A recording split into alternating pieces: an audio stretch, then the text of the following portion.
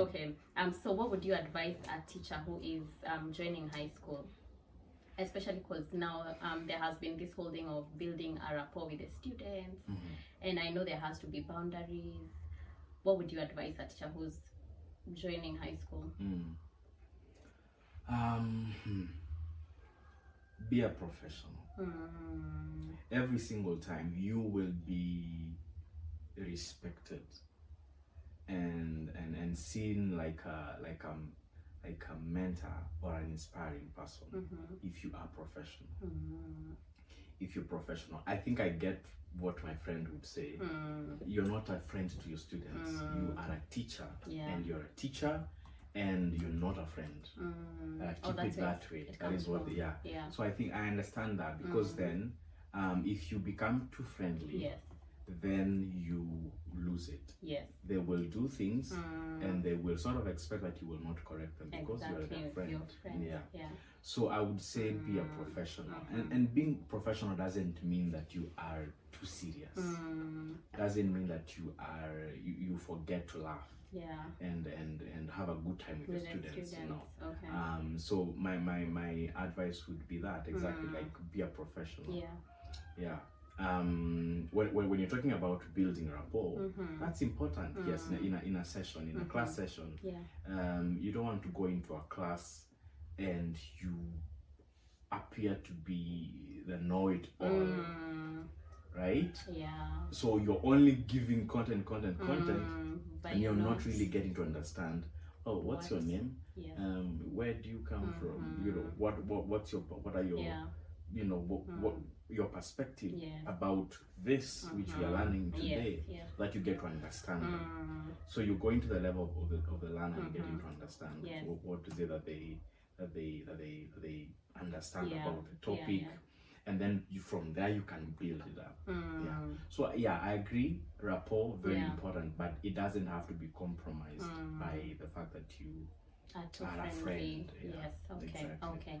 Now, speaking of giving the learners a voice in the classroom, what is that one thing that you've learned from your students?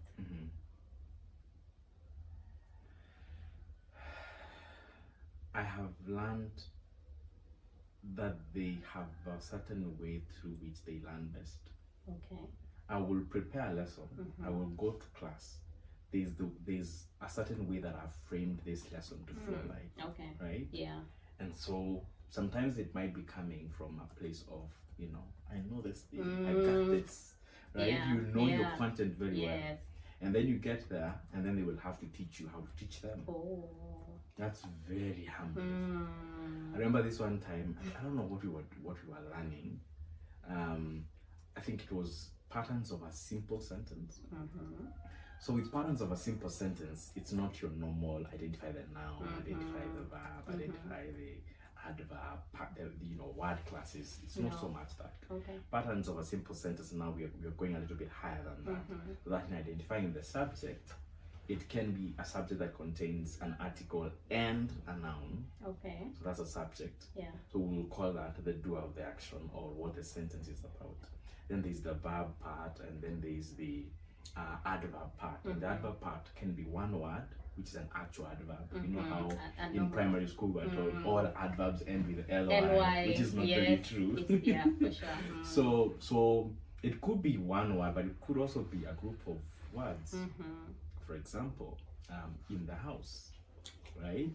So she or Mercy is in the house, right? Mercy, subject, is verb, in the house, right? In the house is made up of three words. So in the house is what we are calling adverbial, an adverb.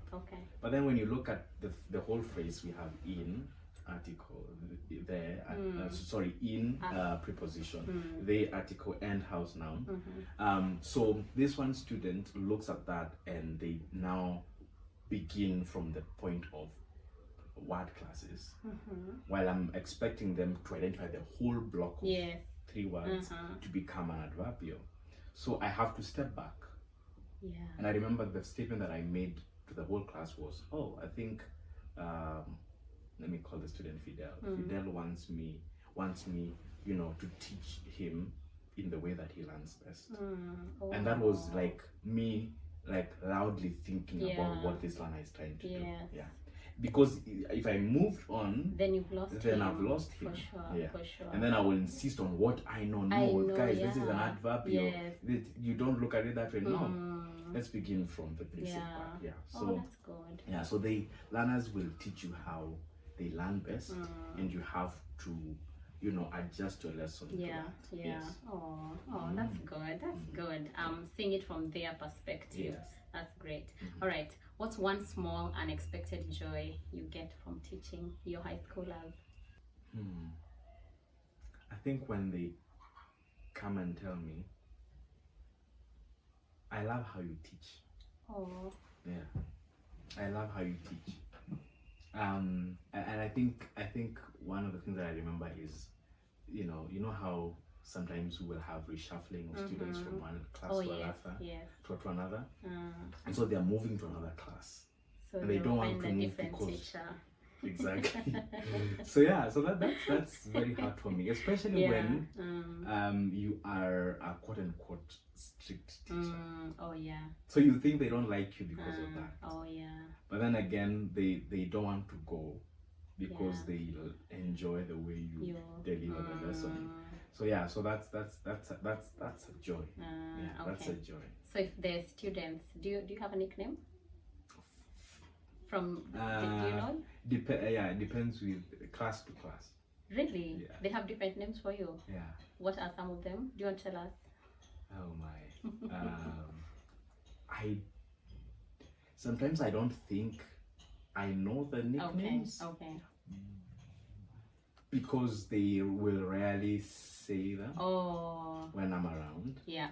I mean, of course. Yeah, so because they will be a little bit fearful. But I think I've caught them. Okay. So this one time, I don't know what was happening. We had this school event and I was being awarded the Form 4s. I've never had them use that word. Mr. Mzamane. Oh. Mr. Mzamane is a character in a silent song. Okay. He's a politician, but he's a very kind man who is a man of integrity, and he's a wonderful grandfather to these two kids. So I'm being awarded, and then they're shouting Mr. Mzamane. I'm like, okay, what is that? So for the first time I hear that, so later I asked my friend, did you hear what they were using? So I think that the word they will call me is what is this word? Careful, because I use the word. Careful while teaching. So I use the word. Is there any other? No. I don't know. No. Okay. I feel when they give you a name, you have to be careful what name that is. Yes. You have to be careful. Yes, what especially like where did it come from?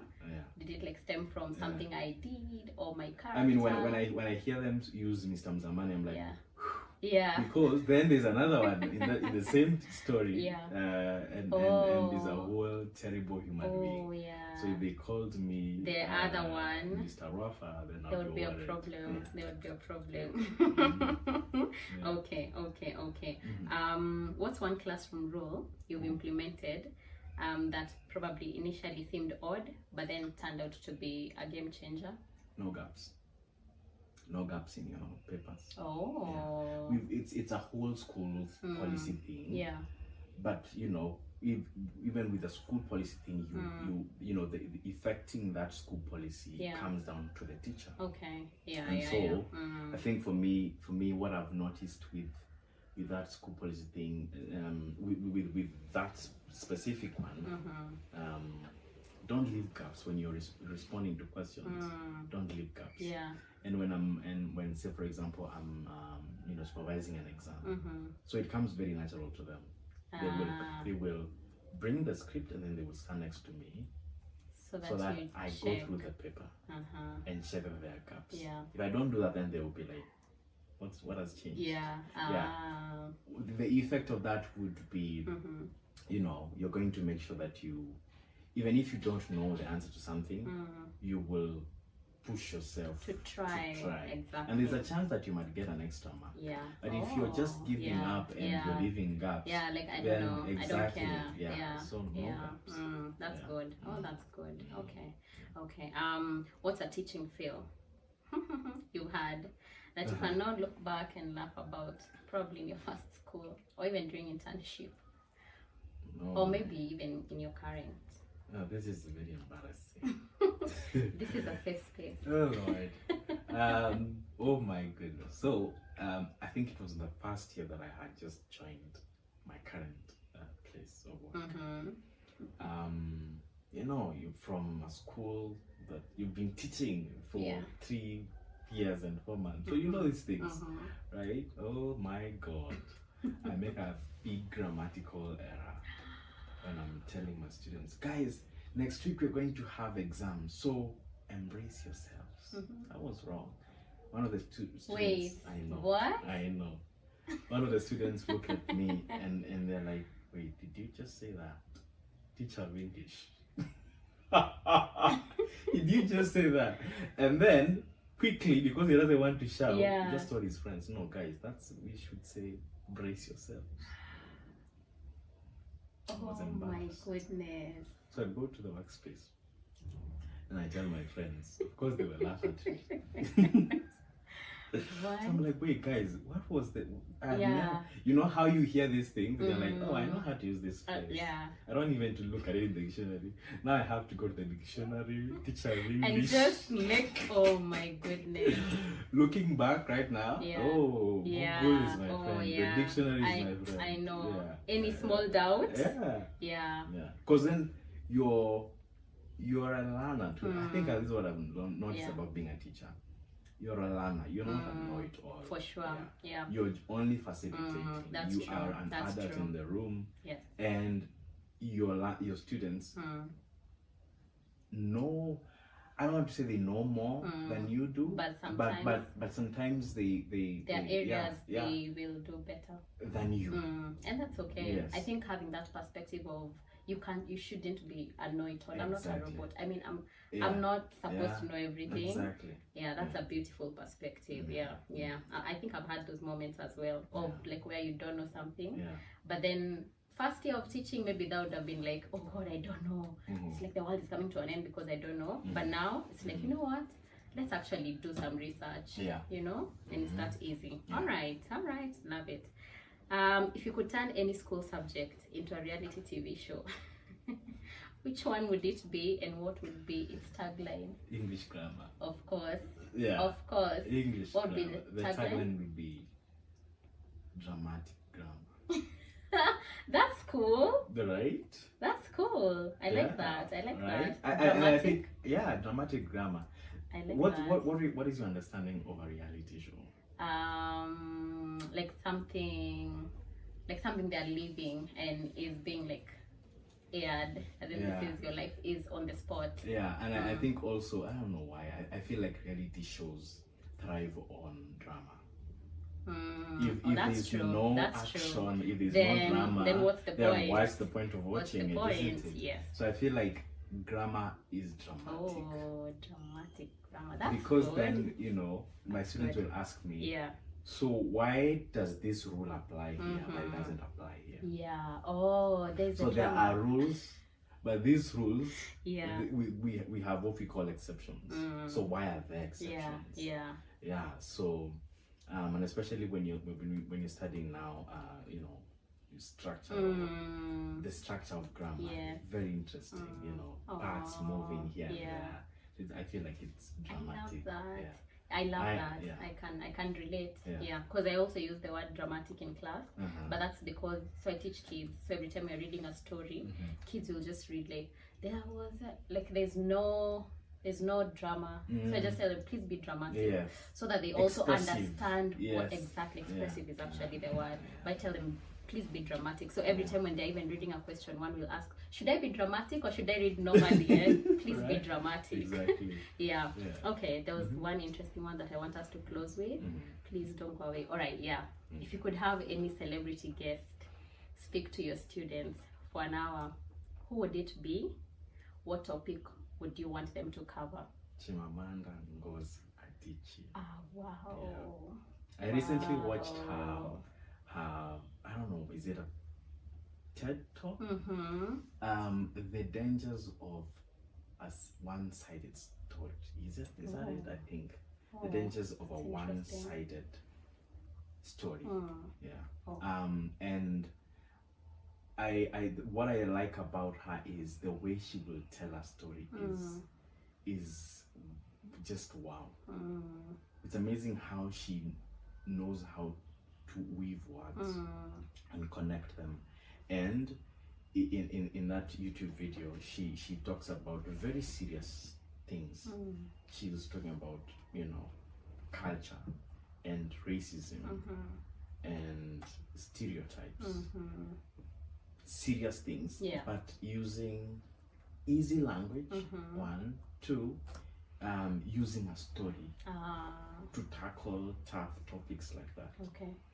So I feel like 1 hour with Ngozi, my students would really learn the art of storytelling. Wow. So the topic is storytelling. Yeah, not the art of storytelling. That's what I thought. Yeah, the art of storytelling.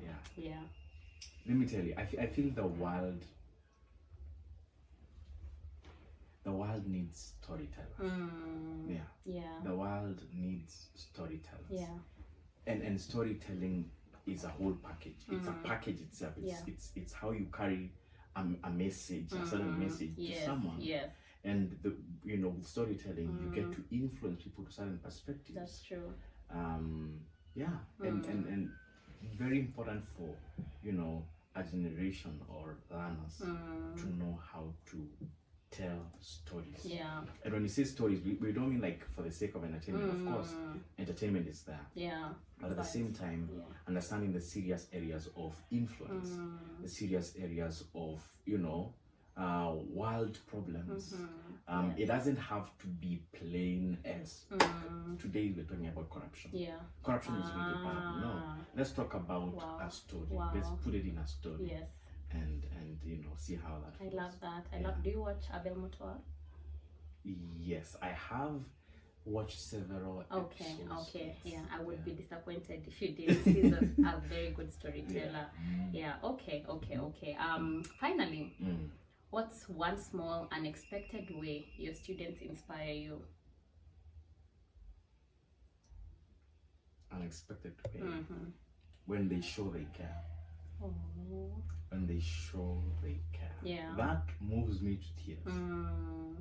And I think there's this one that I have in mind who has really done a whole 360 in terms of showing care.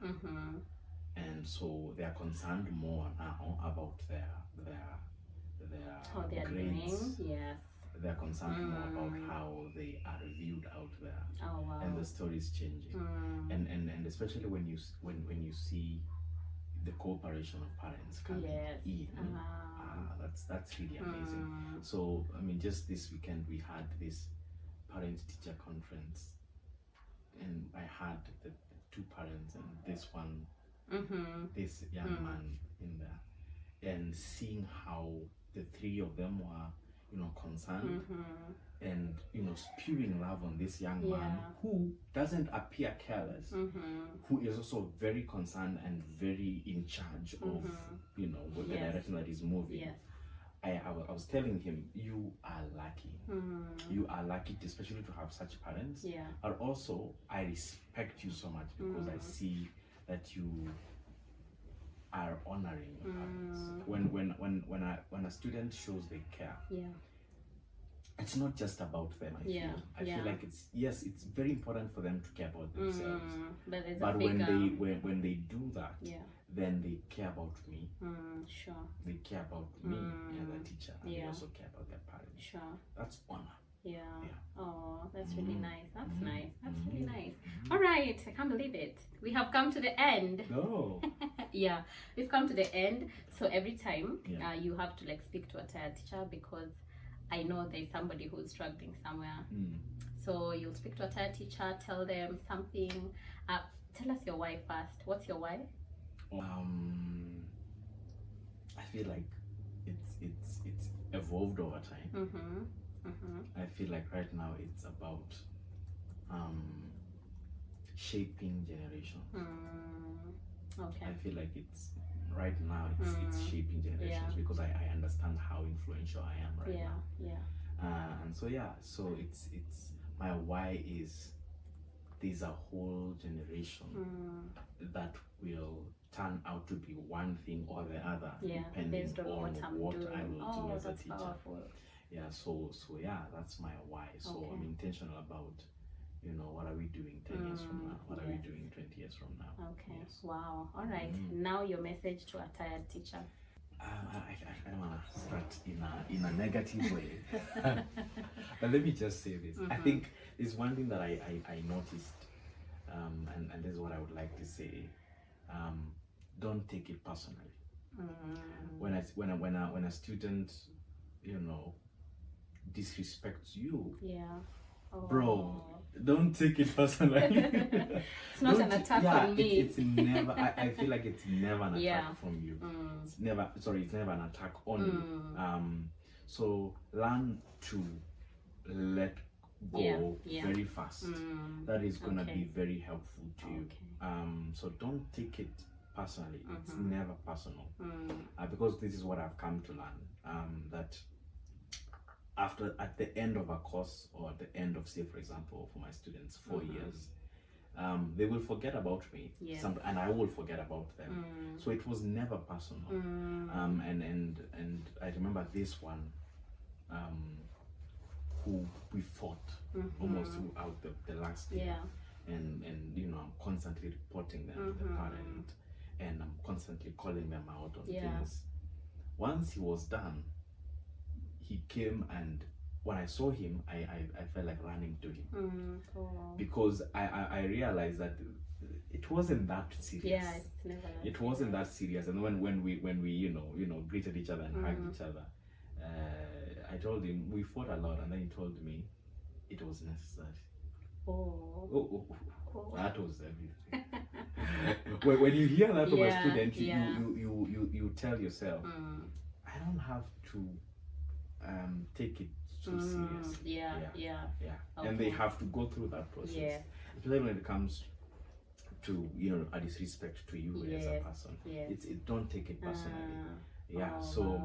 Be encouraged. And I think look for the one thing that makes you very happy. I think for me it's being in a class and talking. I love talking. So being in a class and talking and being with learners, that is the one thing that will console me, especially when I have had a bad experience.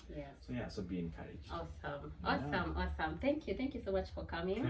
By the way, Katumo brought mugs. Is this a mug or a glass? Right, I don't know. I was told it's what do they call it? It has a name. I think it's because of the length of the glass. It's different. Very nice. And he came with like tea. Hibiscus tea is what we are having. So future guests, I hope you're taking notes on a light note. And we've come to the end of our episode. So go ahead and tell everybody about the Teachers Lounge podcast. Tell a teacher. If you know a teacher who you would love to see on this other side, please let them know. Also subscribe and follow us on all the our social media platforms. We're on TikTok, we're on Instagram. You'll be seeing them on the screen. Please make sure you follow so that you keep up with the new trends in teaching and education generally. That's it from us, and bye.